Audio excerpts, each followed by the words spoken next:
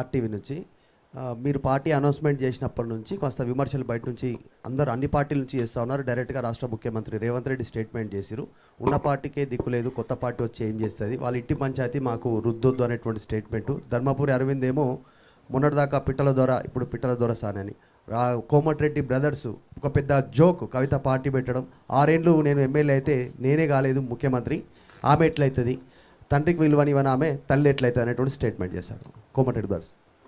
ముగ్గురు తిట్టమంటావా అని ఒకటేసారి అంటే ఇప్పుడు పాయింట్ ఏంటంటే భారతీయ జనతా పార్టీకి వాస్తవానికి తెలంగాణలో స్పేస్ లేదండి. వాళ్ళు సామాజిక న్యాయానికి బద్ధ వ్యతిరేకులు, బద్ధ విరోధులు. 12 ఏళ్ళు వాళ్ళ ప్రభుత్వం ఉంటే ₹1 తీసుకురాలి తెలంగాణకు. ఎవరైతే విమర్శ చేసిన అరవింద్ మా కర్మగాలి, మా నిజామాబాద్ ఎంపీ, ఆయనకి నేను మళ్ళీ చెప్తున్నా, మీరు బుద్ధి తెచ్చుకోండి బ్రదర్, కొంచెం ఇప్పటికన్నా ₹2 పట్టుకురండి, మన రాష్ట్రానికి తీసుకురండి. మీ ప్రధానమంత్రి గారు పోయినసారి ఎన్నికలలో పాలమూరుకు వచ్చి పాలమూరు రంగారెడ్డికి నేను ప్రత్యేక హోదా, నేషనల్ స్టేటస్ ఇస్తా అని చెప్పి అది పట్టుకరండి జరా. ఇప్పుడు 10వ తారీఖు మోడీ గారు వస్తున్నట్టున్నారు కదా, మరి తీసుకొని వస్తారా పాలమూరు రంగారెడ్డి, లేకపోతే 2-3 లక్షల కోట్లు మూట తీసుకొని వస్తారా? అట్లా తీసుకురండి. నన్ను తిడితే ఏమొస్తుంది బీజేపీ వాళ్ళకు చెప్పు. నేను చేసేది నా పని నేను చేసుకుంటూనే పోతా, తెలంగాణ ప్రజల దగ్గర నేను పోతా, ప్రజలు ఏది చేస్తే అది అల్టిమేట్గా అవుతుంది. ఇక కాంగ్రెస్ పార్టీలో వాళ్ళు జోక్ అనుకున్నా ఏమనుకున్నా ఇట్లా మస్తు అనుకుంటారు. ఒక ప్రయత్నం మొదలుపెట్టినప్పుడు చాలామంది డెమోక్రటిక్ సిస్టంలో కాన్స్టిట్యూషన్ని గౌరవించే వాళ్ళు చిన్న పార్టీ పెద్ద పార్టీ అని కాదు, పార్టీ ఉండడమే పవర్, ఒక పొలిటికల్ పార్టీగా ఉండడమే పవర్. అది పవర్లోకి వస్తుందా రాదా, ప్రతిపక్షంగా ఉంటుందా సెకండరీ. పార్టీ నడిపేటోళ్ళ సిన్సియారిటీని బట్టి ఆ పవర్ ఏందో తెలుస్తుంది మీకు.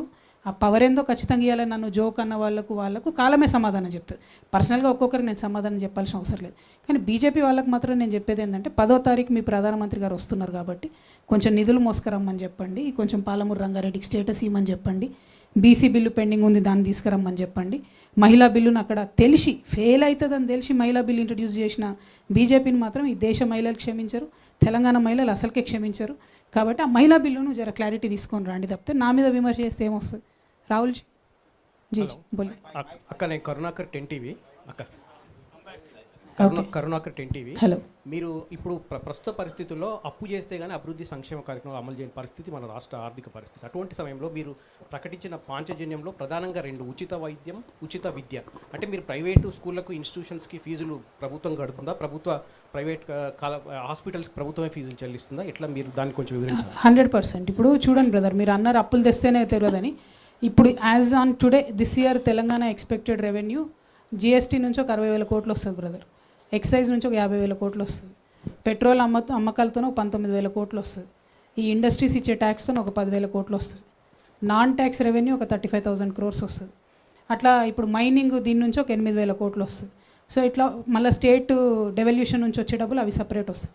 ఇవన్నీ కూడితే మీకు దాదాపుగా 60-50 1,80,000 కోట్ల దాకా మీకు డైరెక్ట్ మన కళ్ళ ముంగటనే కనబడుతుంది.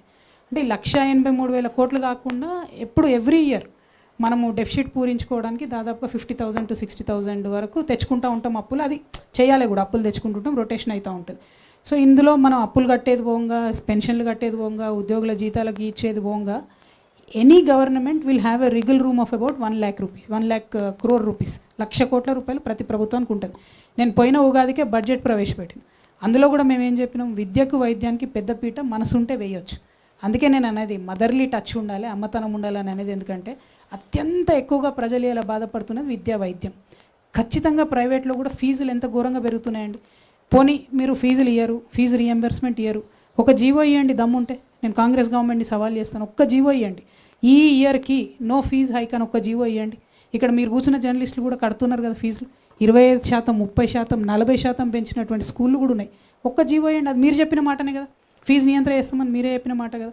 సో ఖచ్చితంగా గవర్నమెంట్లో ఉండే రిగిల్ రూమ్కి నా ప్రాధాన్యత అంశాలు, నా ప్రజలకు కావాల్సిన ప్రాధాన్యత అంశాలు విద్యా వైద్యం.